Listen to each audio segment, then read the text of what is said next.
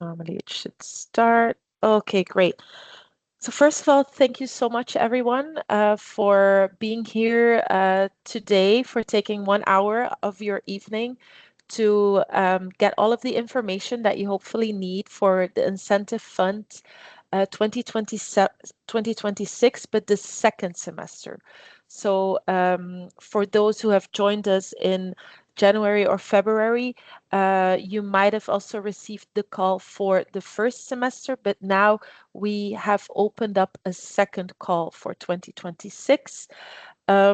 Just for those who do not know me or do not know IOM, so my name is Anke van de Velde. I work as a project coordinator for the CONEX project as part of the International Organization for Migration. I'm also joined by my colleague, and I'm sure also a good friend of the diaspora leaders here, Eli. And so both of us, we indeed support the CONEX project, which is a project that IOM, so the International Organization for Migration, implements with the financial support of FEDASIL, so the Federal Agency for the Reception of Asylum Seekers. IOM, so maybe just a very brief introduction. We are a United Nations affiliated agency, and we work in almost every country in the world to promote orderly and dignified migration in the interests of all people. And so in Belgium too, we are an operational agency implementing projects on labor mobility, migrant protection, diaspora engagement, social inclusion, finding housing solutions, and many more activity. So today you're here to learn a little bit more about the IOM Incentive Fund. So what I will do first is I will introduce very briefly the CONEX project, and then I will provide some essential information about the incentive fund. And then together we will go over the submission templates and a little bit the trajectory that selected initiatives will follow from, let's say, August to December. At the end, I foresee a Q&A session. So what I would recommend is if you have a question, maybe just write it down or put it in the chat, and then I will answer them, of course. Okay, let's go. Let's get started. So the CONEX project. The CONEX project in 2026 will contribute to the empowerment of migrants that are in vulnerable situations in Belgium to really make informed decisions about their future in Belgium, but can also be in another country. And we do that by reaching out, providing information and offering services, especially to those residing outside of the formal reception network. This is quite important. Since last year, our incentive fund really focuses on those that reside outside of the formal reception network. And what we mean by that is, for example, the FEDASIL, so outside of the FEDASIL and Red Cross centers, accommodation centers for asylum seekers. This approach really aims to promote the protection of the basic rights of those vulnerable migrants and support their orientation to a sustainable future, including voluntary return and reintegration, in line with the mission of the CONEX project. Now, how does that look like for the second semester of 2026? Well, first of all, the incentive fund, we will launch a second call in the second semester. We will still have training and info sessions mainly for frontline workers. In the first semester, we had our Diaspora Community Leadership Training Program. But so for this second semester, we have not planned a second cohort of the Diaspora Leadership Program, but hopefully we will be able to have it again next year. We will continue visiting partners, exchanging good practices, making sure that all frontline workers have the necessary information to really reach and inform migrants that are in a precarious situation. We will also explore innovative outreach strategies through a pilot in a city, probably maybe Antwerp or Ghent. And then on the 1st of December, we will have IOM's Partner Day. During that day, we really try to delve deeper in some interesting topics like trafficking, other protection related topics. The topics for this year, we still are defining it a little bit, but it will definitely be linked to migrant protection and assistance. And so one of our main activities in 2026 is the incentive fund. And so for the incentive fund, what is it? What is the objective of the incentive fund? Well, it's mainly to support civil society and grassroots organization in implementing community-based activities in Belgium that enhance outreach, information, and protection services for migrants in vulnerable situations.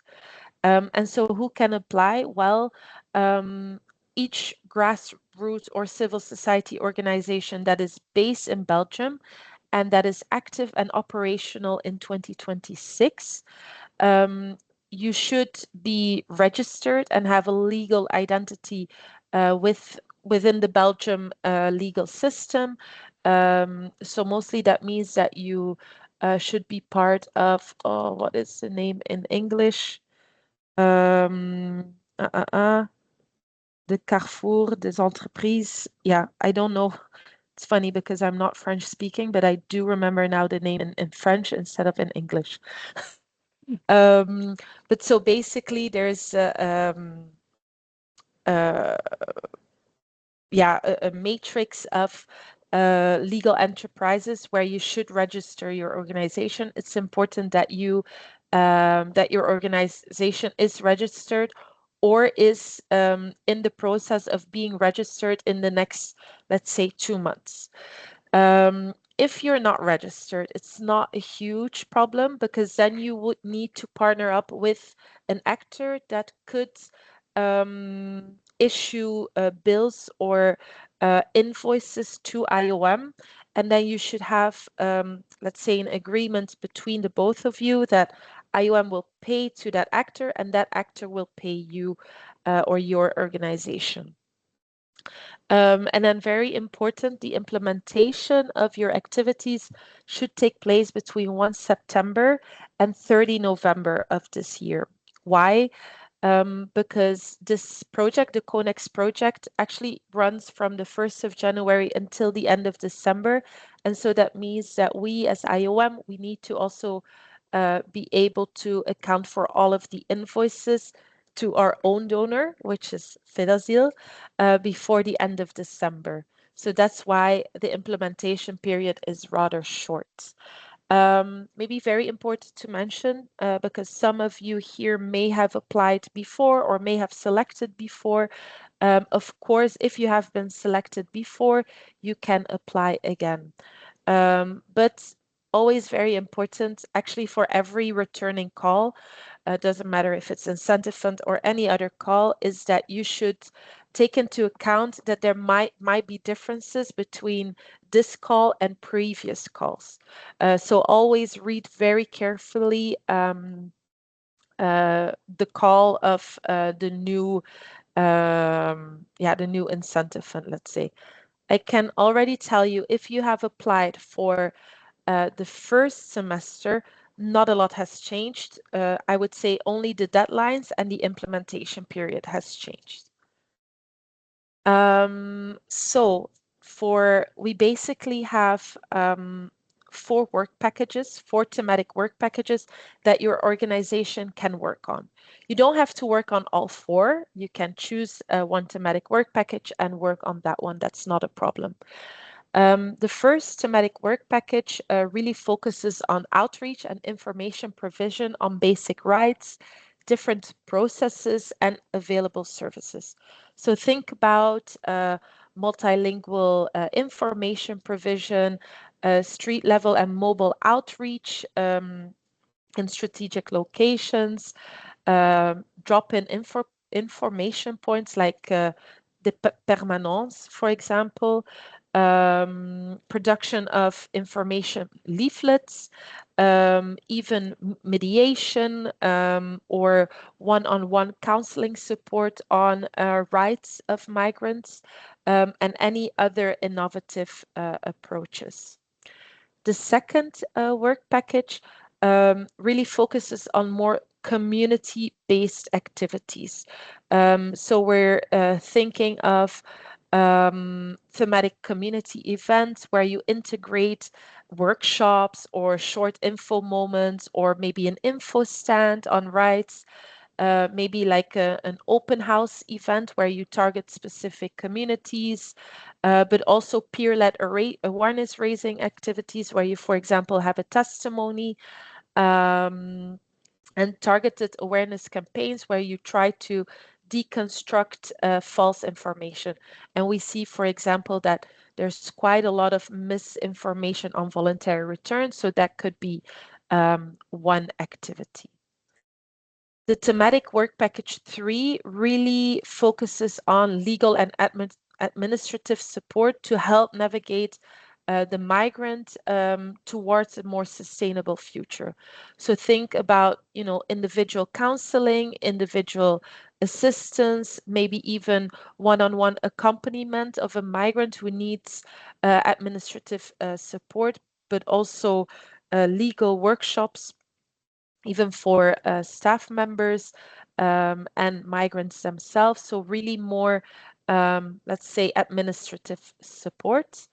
And then the thematic work package 4 is addressing capacity gaps and vulnerabilities that may hinder a migrant's access to information. Think about, for example, digital inclusion initiatives, but also literacy and language courses, because we know, for example, sometimes the information is out there, but migrants may not be able to reach those that type of information because maybe they are not very digitally literate, or maybe they do not speak the language yet.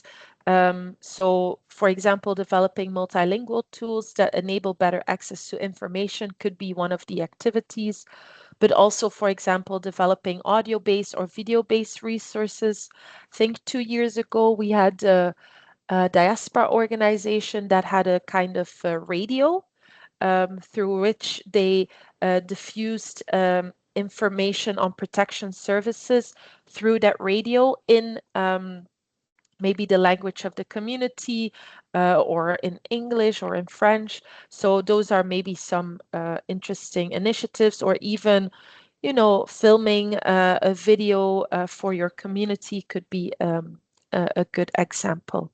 But of course, there are other innovative approaches, so you can be as innovative as you want. Maybe also important for us to highlight the activities that we know are not eligible, and so it's better not to apply with that kind of activity because it will not be selected. So research projects are not eligible, activities that take place outside of Belgium, because we know that mainly diaspora organizations also have quite a lot of activities in their country of origin, but those are not eligible under this call. We really focus on info provision and awareness in Belgium. Activities that solely focus on providing migrants with vocational trainings. So what we mean with vocational trainings is, for example, I don't know, a course to become an IT technician. Those are not allowed or not eligible. And then activities that can be perceived as double funding. So what do we mean with double funding? Because Fedazil is the donor of IOM and of this incentive fund, if your organization already receives funding from Fedazil, it can be perceived, if you apply for similar type of activities than the one that you already get funding from for Fidazil, it may be perceived as if you would receive funding from the same donor for the same activity. So that is what we mean with double funding. It may get the perception by Fidazil that um, your activity is financed twice by them, once under direct funding from Fidazil and once through the incentive funds. So be careful if you already receive funding from Fidazil, because unfortunately we've had the case last year that we had to um, retract the funding from an organization because they already received funding from Fidazil under a different call, but for similar activities. So just be very cautious about that. And activities after December 2026 will also not be eligible because our project will be finished by the end of 2026. And so IOM is not able to reimburse you if your activities, if you invoice us for activities that take place next year.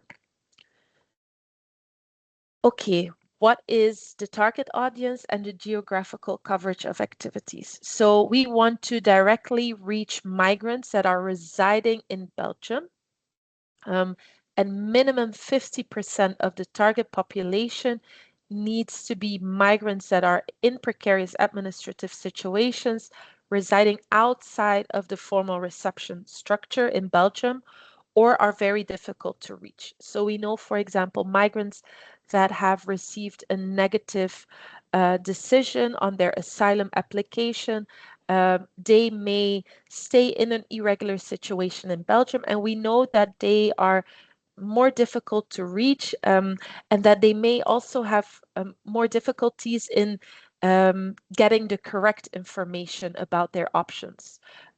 So those are, let's say, the target audiences. It could so be people without residence permit. It could be applicants for international protection. Usually we see that there's a lot of asylum seekers that do not find a place in a formal reception structure, and that they live on the street or maybe with friends, or they live in a squat. So those are also the kind of people that we would want to reach. Migrants in transit as well. So basically migrants that are transiting through Belgium to other countries, but also persons with a temporary residence permit. For example, students that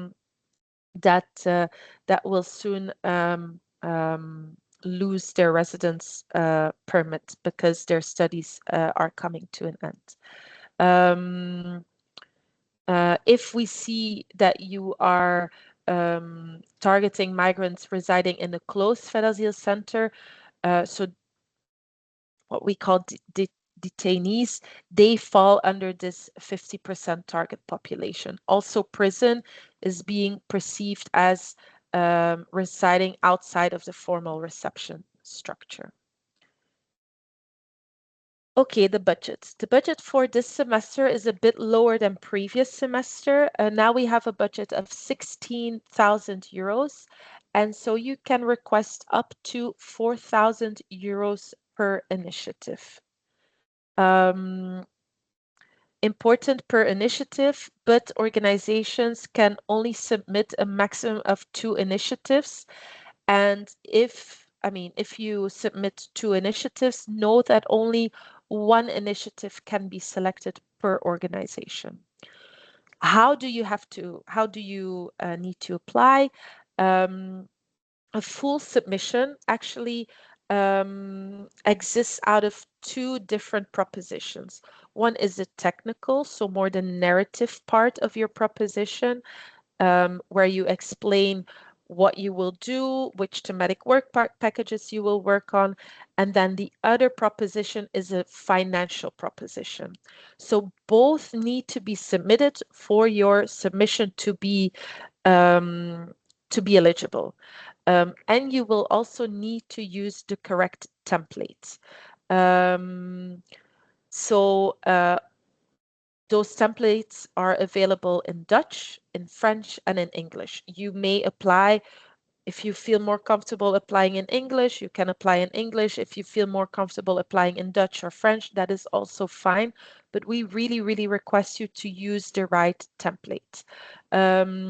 After the info sessions of tomorrow, so because tomorrow we also have an info session in Dutch and French, we will send you the right templates, also the frequently asked questions. So you have the right templates available. You will have to submit your full package to Jana, our colleague Jana. She's currently on leave through j.deleije@iom.int. Normally, she will also be in copy of the email that we will send out tomorrow afternoon. So you normally have direct access to the right email address.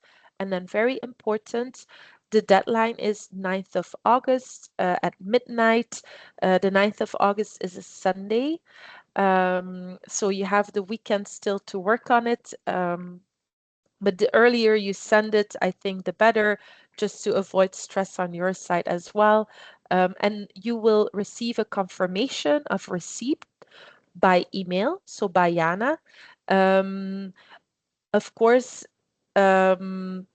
if you send an email to us in the weekend, we do not work in the weekend, so you will receive a confirmation of receipt on Monday. So don't worry if we don't reply direct in the weekend.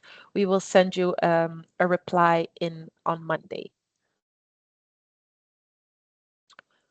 Okay, so maybe I'll already stop here because now we will go really into the templates. So I wanted to maybe already stop a bit and check if you have any questions for me at this stage.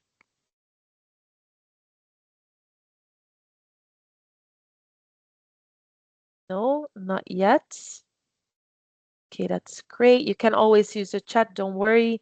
You can always use the chat and then I will have a look after this part. So in this part, we will really delve a little bit deeper into the template.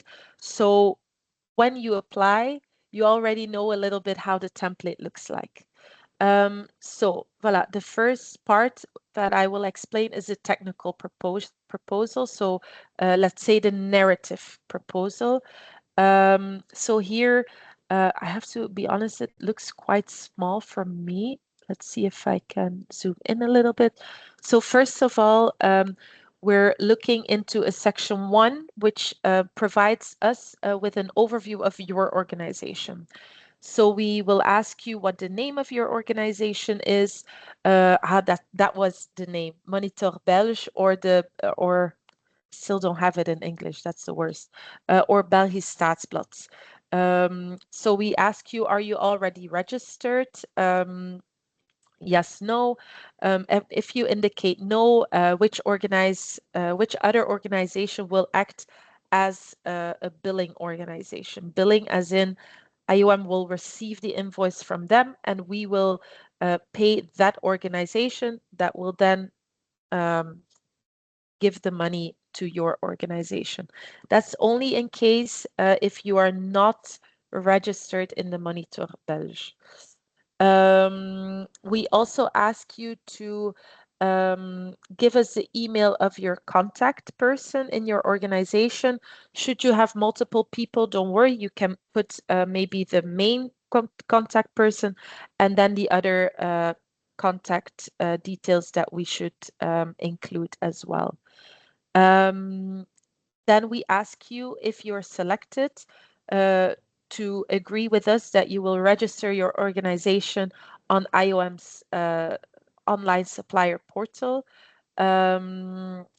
It's it's it's quite straightforward, but we will also be there to help you along the way in case you're registered and you have difficulties.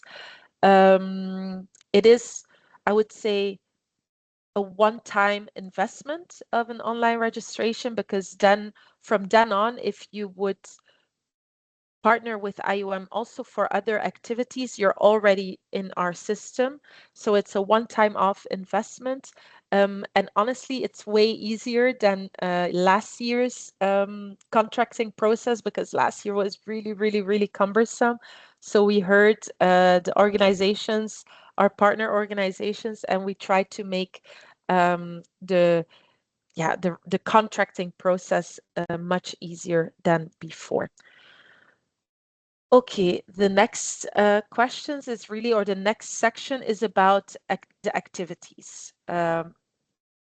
So first of all, we ask you to define the geographical scope. So whether your organizations or your activities will be in Brussels, or maybe in Wallonia, in the entire region, or maybe just in Liège or just in Namur. So we ask you to define the geographical scope, and then we ask you to identify the thematic work packages your activities will fall under. So basically, you remember I ran over those 4 thematic work packages. You don't have to have activities that pertain to all of those 4 work packages. But if you only work on 1 or maybe on 2, that's fine. We just ask you to indicate in this little box to which thematic work package your activities will contribute.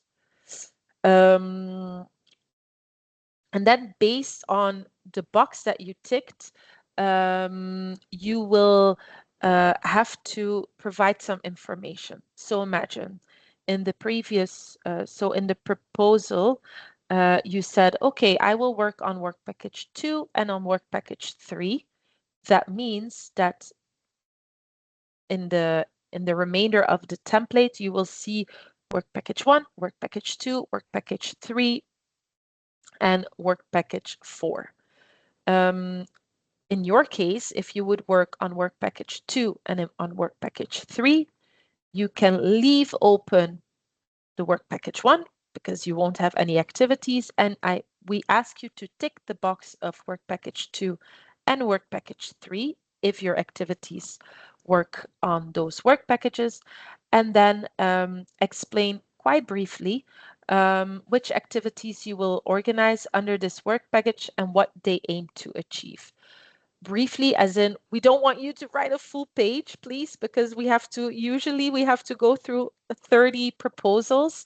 So that's a lot of work for us.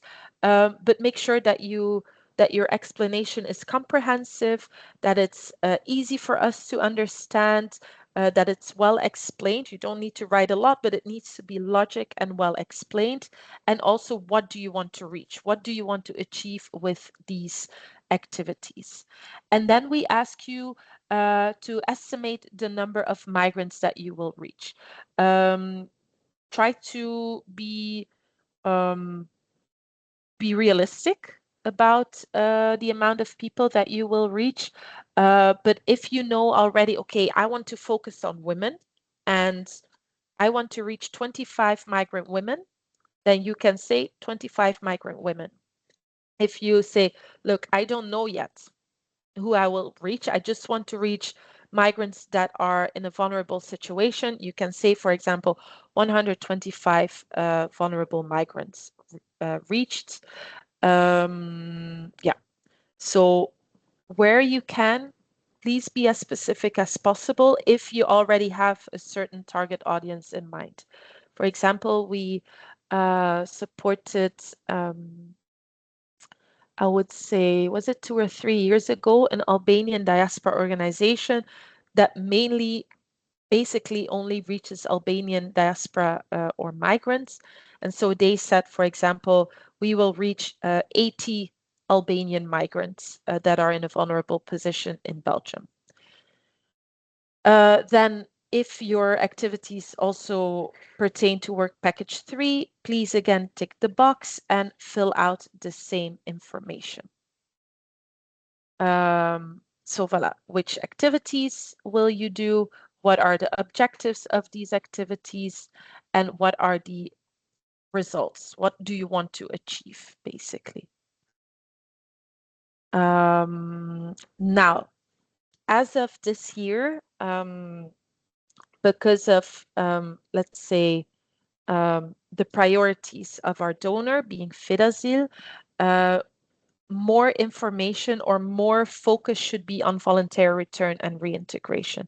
So we ask you to briefly explain how you will integrate info sharing on voluntary return and reintegration as a durable protection option amongst your other activities. So we don't ask that voluntary return is your sole activity, but you need to, and I would say please do, because it is actually one of the selection criteria, how you will include information on voluntary return in your activities.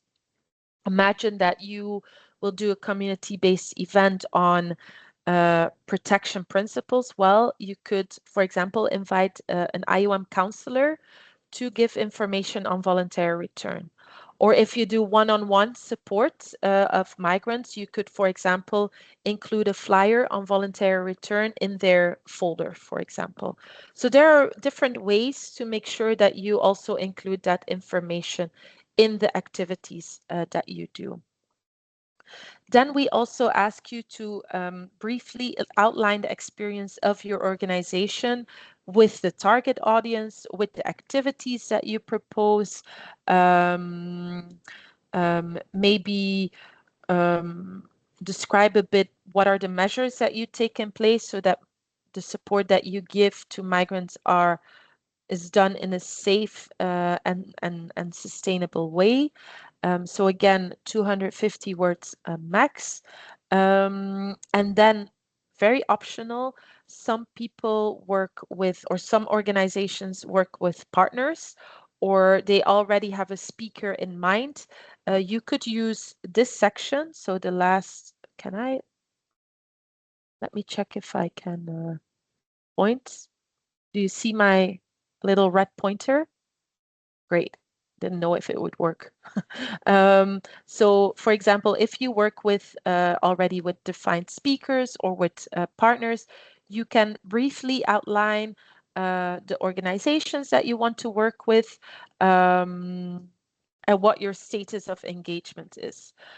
So for example, it's already confirmed, or we usually work with, I don't know, this organization or that organization for a specific workshop. You could already mention it here, but this is completely optional because some organizations don't necessarily work with partners. Okay, and then section 3, we want to delve a little bit deeper in your target audience. So describe your target audience as specific as possible. And then we ask you to confirm if at least 50% of your targeted population are migrants in precarious administrative situations in Belgium, but residing outside of the formal reception structure. So please indicate yes or no in this case. And then the section 4 is basically your delivery schedule. So we prepared in the template a nice little, let's say, agenda. Oh, I see that I haven't adapted the months, but I think in the template it should be correct. Is it correct in the template? I will need to check. But so what we ask you is only for the work packages that are relevant for you, we ask you to fill out the activity name. So for example, information leaflet, and then to indicate in the correct column in which month you would implement that activity. Imagine that you want to do a big outreach campaign and you would need to develop an information leaflet in, I don't know, Arabic, for example. Your first activity could be translation of info leaflet to Arabic. Well, this will be our very first activity, and we will do that in March. We will organize a community event in May. You put here community event, and then you put May Um, so it's quite as simple as that. Again, if you don't do work package one, for example, you can just leave it open. And then finally, what we ask from you is to have the person in charge signing the document. We are aware that it's a holiday season, so please let us know if the person is in charge is not present. Then what we might recommend you is to have the signature of someone who takes over the activities in the absence of your head of organization. Deadline, again, to remind you, is Sunday, 9th of August at midnight or before midnight. Okay, are there any questions on the narrative template? If you allow me, Of course, go ahead. thank you. Thank you for the presentation, and this pushed me to have a lot of questions, and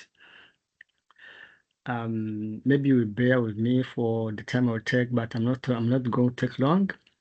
So this is a question that I get right now while you have been explaining to me about these different ways somebody can just respond for this initiative call. So I have like an idea or a project or what you will be the one who can know how you can direct this question very well. So when I was following this, I was one as Elias mentioned about diaspora community leader. I followed this training at IM. So and that after at the end, I continue doing some volunteer work for my own and people that have been seeing me this movement for IM. And if there is some activity in my area, I have to go there and help people. And but some people that have been seeing me in IM here in Namen, some of them they don't even understand what IM does, the introduction. So I was every time when I was saying that I saw you for IM, what does IM do? Then I was explaining every time I saw this one and about different services as the new ICAM came and different of Fedazil ICAM and IM. So I did this one like I became a point focal of IM indirectly. I was doing that work for Mhm. my own, explaining like advertising the works like market the work IM is doing, what is specifically in wide.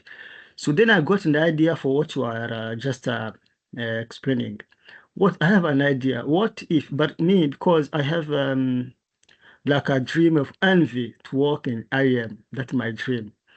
So, and I said, what if this area in Namen and IM just support me and open maybe for like office, maybe they can talk to another organization, institution here in Yemen, and they get office and they put everything in me. I do that work for just to direct people, explain what IM is doing, of if there is some like the things what the IM publish. Some people they are not all they get access to the internet. Some they want to explain them physically. Then they come and I enjoy doing that one. But for the covering for the IM, and this is the a very good organization that I wish to work with, and I can work as voluntary than benevolent. So I'm ready to work for it at anything that I can work with, but I don't have any like to work to go to the association but those people Mm, they take advantage from me and I don't have nothing. But I can do it. mm, But I'm feel good if I'm doing it for IA because I've get the certificate from it and I wish also maybe one day I should be like, but because I'm already just working, even but they can invest in, occupied for other things, but even volunteer voluntary, and after during to the admission process, maybe the door can open. So I was thinking maybe after this call, I will talk to Ellie. Maybe he can also just contribute some ideas. Maybe you can just give me some highlights for that one. Thank you. Yeah. No, thank you. Thank you so much, Elvis, that you're spreading the word about IOM, and that you make sure that everybody also knows the different services that not only IOM but Fedazil, ICAM, and other organizations provide. I think that's very important.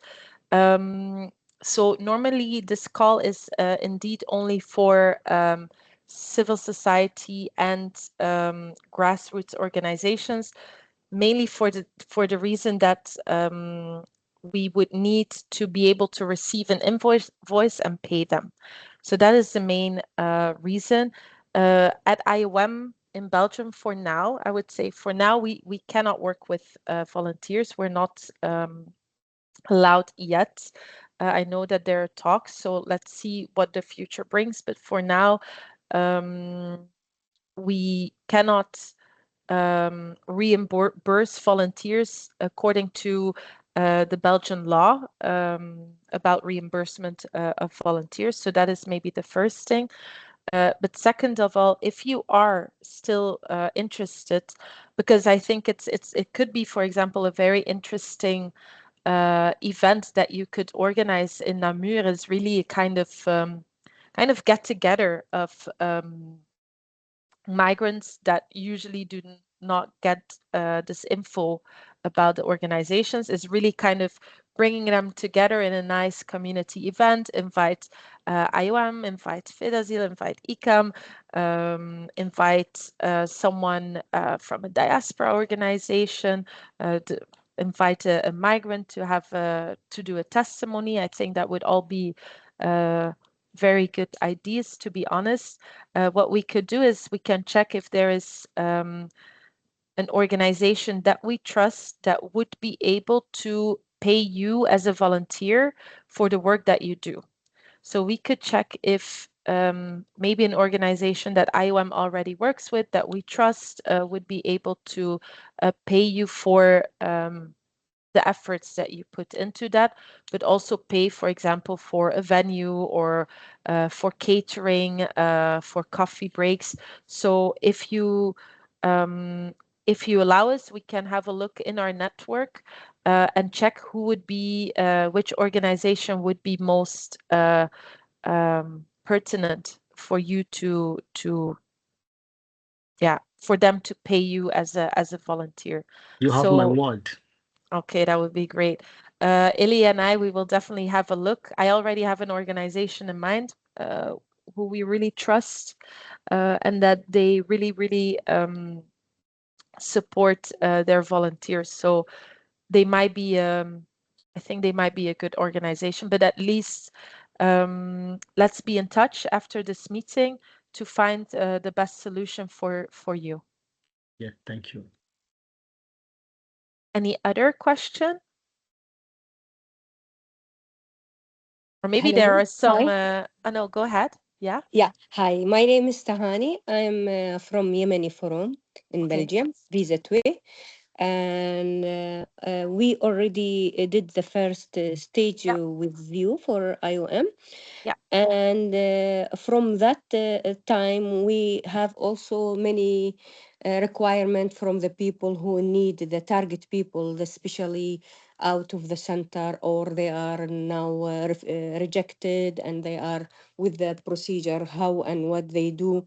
So if we want to apply again now proposal, it will be like also will take if we also select the first the first time we select work shop number two, so package I mean. So if we can just also take the this one, but we make more details about what's the requirement, and do you think it will be okay, or we should go for the other work package, if for No, example? absolutely, absolutely not. You can really apply with a similar ID as last time.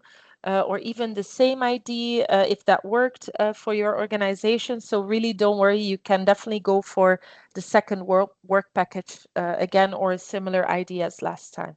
Yeah, and one more thing. For example, we have one for the volunteer. For example, he's now in the situation of this. He have Dublin, and he go for the procedure, and he know all. He's facing all these problems. So from that, he's normally background IT, and he now creating like a kind of app application, digital application with easy. For example, the people here, for example, from our community, normally they speak Arabic. Even some of them, it's even English, it's they cannot speak, for example. So do you think this also good idea, like a digital form or digital application with a simple thing, instruction? If I want to go, I want to apply, for example, my paper, where I go, then he press this, and if I need help legal, so it will be, for example, all the organization in Brussels or another place can help him. Do you think that also good idea, and we can go also for, I think this is in work package 4 for the digital Mhm. information and this. What do you think? I think that would fit our work packages. Yeah, Yeah. Okay. Okay. Thank you you're so much. welcome.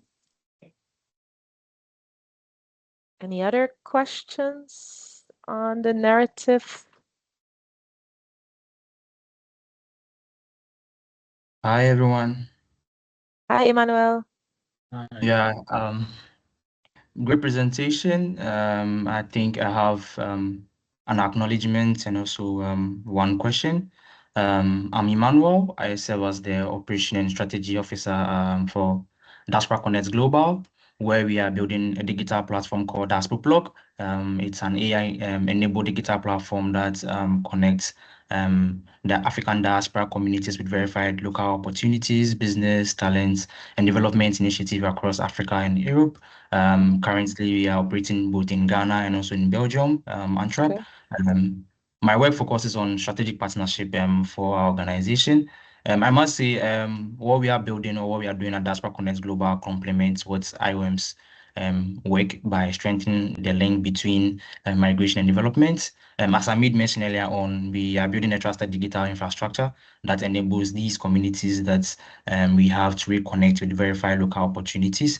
So I must say, we are happy to be on board and also to apply for this open call for application. We are doing this closely with our consulate, that's the Ghana Embassy in Belgium.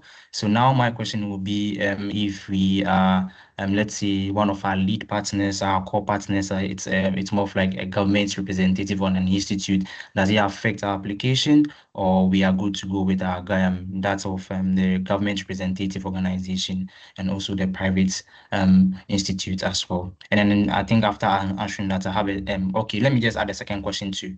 Okay. Diaspora Connect Global, we also have an NGO called Africa Better for Africa Today, which was where the whole idea of we building this particular platform to connect these diaspora communities started from, which is registered. But as we did a rebranding, we are here to register Diaspora Connect Global in Belgium, right? So my question is, do we apply in a old NGO, or we can still apply with a new organization that we are working with now, and then we just as you mentioned earlier, we need a partnering organization in Belgium that can issue invoices and whatnot. But the person in charge of that NGO is the same person in charge of what we are building now. Is it okay, or do we have to get two different entities to do that on our behalf? Thank you. No, thank you so much. I think regarding the second question, it's, I think that, no, maybe I should answer the first question because I think that makes the second question redundant, given the fact that we're really talking here or in your question about the link between migration and development, that will already not be selected under the incentive fund, because we're really looking at uh, activities here in Belgium, focusing on vulnerable migrants, and the fact that there's a vocational or entrepreneurial aspect of it, I think it will not be, it doesn't fit the purpose of the project. But I am intrigued for all of the other activities that we do on diaspora engagement under IOM, but not for this particular incentive fund. The only thing that I'm thinking about, no, I don't think it will be eligible. I'm trying to make the project fit. I'm thinking voluntary return and linking it to opportunities in Ghana, but there's not so many returnees to Ghana usually.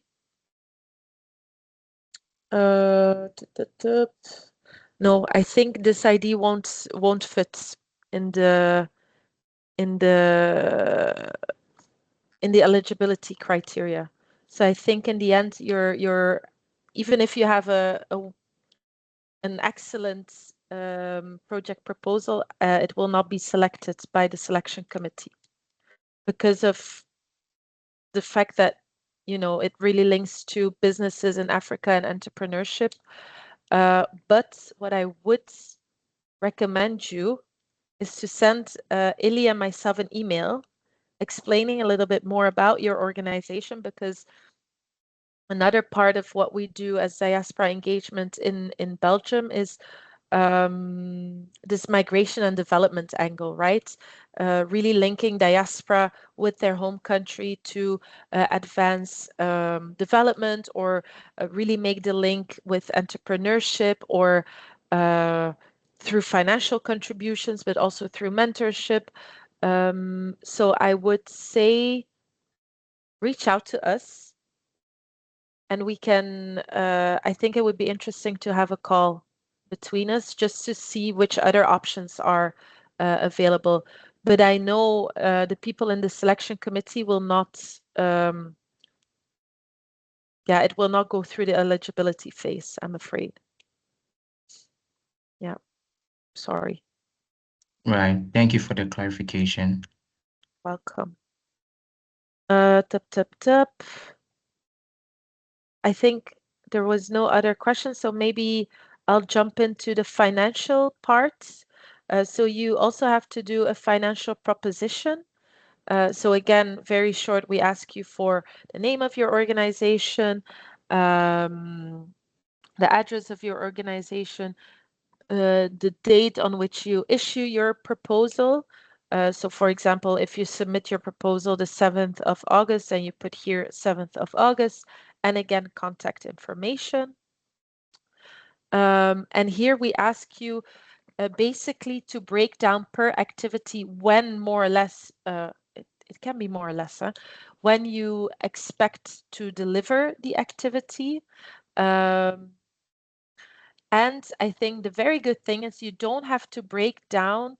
So, and then you also give how much you want for that activity. Imagine you want to do, for example, let's go with the example of Yemeni Forum, a digital app, which would be under work package 4, let's say. Activity 1 would be development of the digital application. And okay, the app itself, to host it on a website, the hosting costs, let's say 1,000 euros. And we would be 3 people that would work on it. It would be more or less 500 euros per person. And then we also need an office to work from, and a computer, and maybe a phone. So maybe in total, it will be 4,000 euros for that activity. Then you fill in development of digital app, 4,000 euros. Please do not provide us with a breakdown of the costs.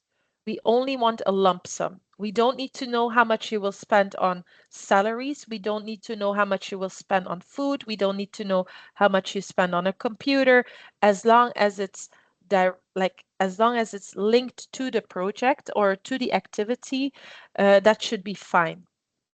That's very, very important, because before we broke it down per category, and it's really a lot of work for you, for us, and that way you can also include some overhead costs for staff. You could include a laptop or office costs without us necessarily having to verify everything. So this is what we mean with give the amount in a lump sum way for each activity.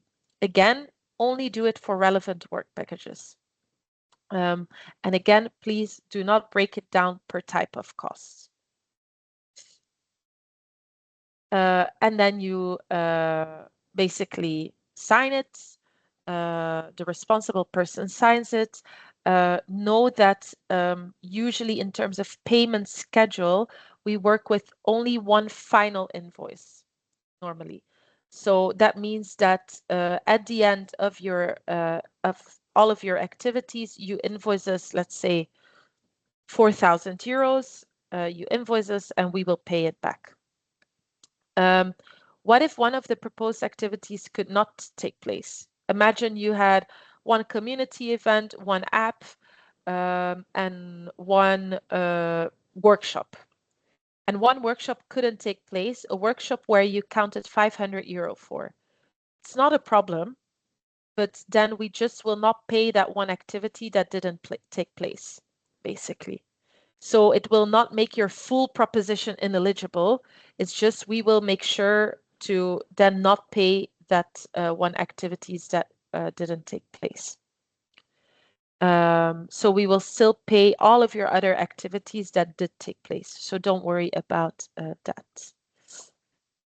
Very important, the selection procedures. We have 6 selection criteria, and they're all weighted. That means that we give a number out of 10, or the selection committee gives a number out of 10 per criteria. But for example, the relevance for us, for the selection committee, has a way more importance. So instead of putting it on 10 out of 10, we put it on 30. So it becomes more important. So I really advise you to make sure that your proposal, that it's relevant, that your target audience is well defined, that you well define your expertise and experience, that you integrate that voluntary return component, that you make your delivery schedule feasible. If you tell me we will do 30 events in 3 months, I can tell you that's not feasible. I'm sorry, but that's not feasible. So we will also rate you in terms of feasibility of what you pretend to do, and then cost efficiency. If you say, for example, I want 4,000 euros for one workshop and 10 people will attend, that's not very cost efficient. So I hope that clarifies a little bit what we mean. Now, so first I would say, so each initiative will be individually evaluated by each member of the selection committee. We will rank them. The selection committee will rank them according to score. And then applications will be refused when they do not meet the eligibility criteria. So that is like a first, let's say, already selection. And the minimum score for funding eligibility is 60 out of 100. So to be able to even be considered for selection, you would need to get a 60 out of 100. And then proposals with the same score will then be determined by the highest scores on the criteria relevance and organizations' relevant expertise. We will also probably take into account a balanced distribution across thematic work packages. So that means that we will try to have organizations that work a little bit on different thematic work package. No, maybe that's not clear.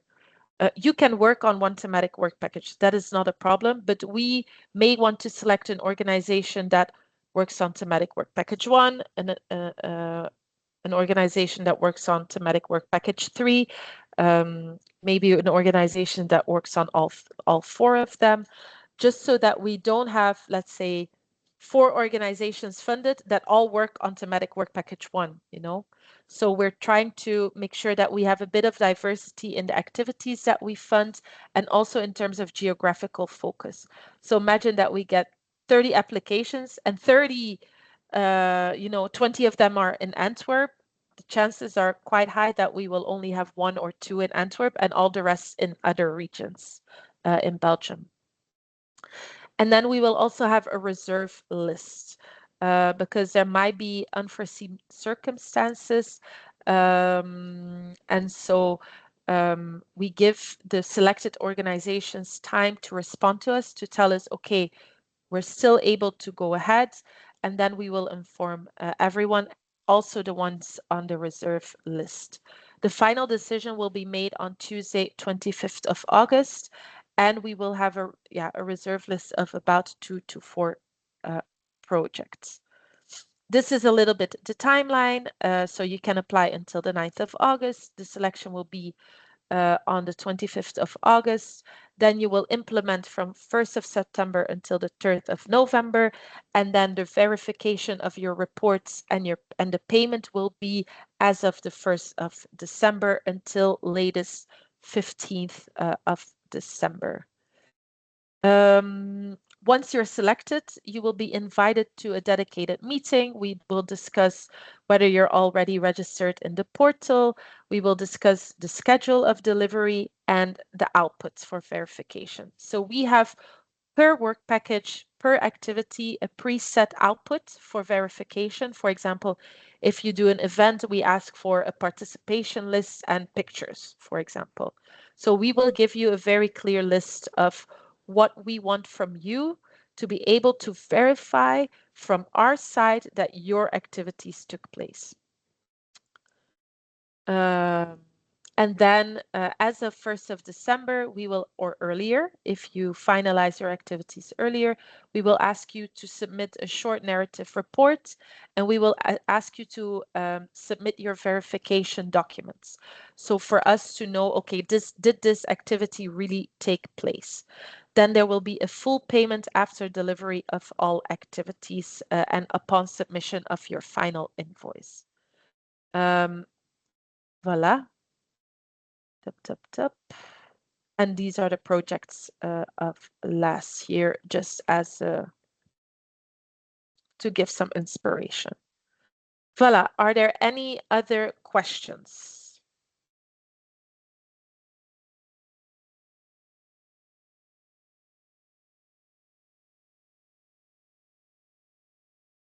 Nope. Okay. Voilà.